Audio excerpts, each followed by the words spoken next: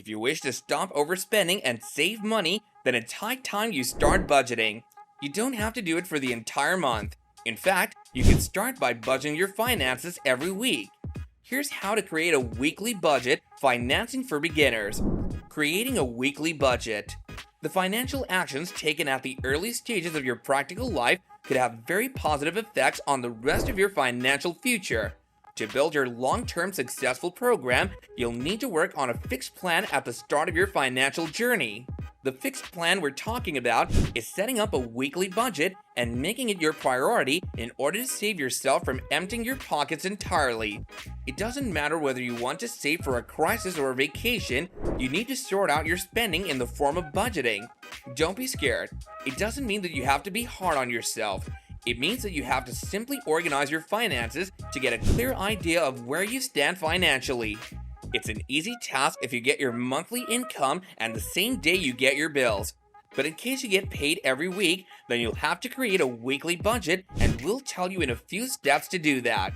Before we move any further, make sure that you give this video a huge thumbs up, subscribe to our channel, and hit the notification bell to get more video updates like this.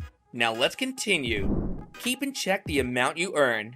Creating a weekly budget is a significant step, and it doesn't matter what your financial situation is, as this is one of the wisest moves. There are 2 steps in doing that. First, you would have to create a budget for every week, and second, you would have to stick to it. This is important because it will keep your finances in check and will help you track the amount that you spend or save every month. The best start is when you know how much money you're making every week, excluding all the taxes. You should know how much money you have for the entire week to get to the next step. Track your spending. Next up, track all of your spending, where the money is going and how much money is going from your total balance, and look for the fixed expenses. This would include your mortgage, car repair, electricity bills, or if you use public transport to go to work. Basically, set the budget for these fixed expenses. Differentiate between needs and wants.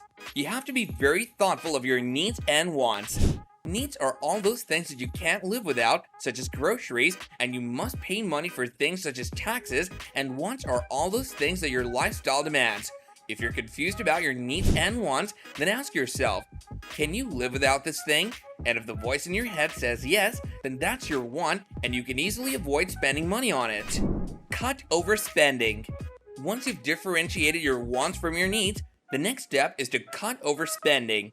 Budgeting will make sure that you're not spending more than you can afford, so it will drag you out of the clutches of credit cards by preventing you from overspending.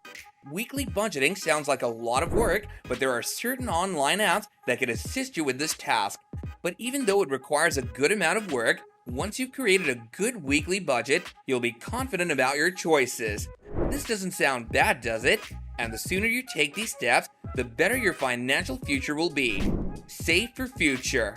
The last step is establishing an emergency fund.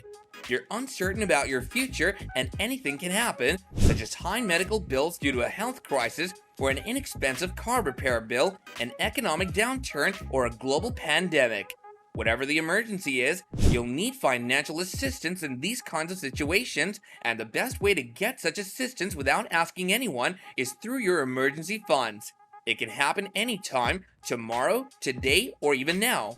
You would never know, and you'd never see it coming. But if you've already built your emergency funds, then you won't have to panic in the face of any crisis.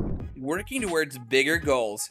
The chances of you getting lost in your destination are very thin if you've already mapped out a solid plan in mind. So one of the wisest moves that every person should make is to come up with a financial plan. It doesn't have to be huge at first. You can start with your weekly budget plan. If you've already financially sorted it out in your mind, then you know where to take your ride. You don't have to rush through it. It should come to you in steps. Then, you'll have a whole staircase that you'll be climbing in different phases of your life. A solid financial plan must have everything, from your plans about buying a house to your plans for retirement.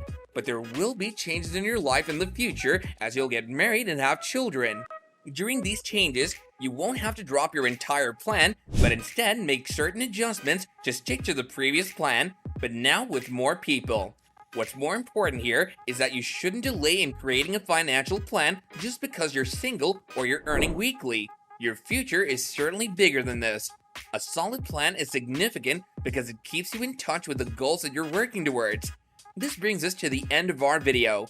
This is how you can start working on your weekly budget, and once you start doing it, you can start working towards your bigger goals in life.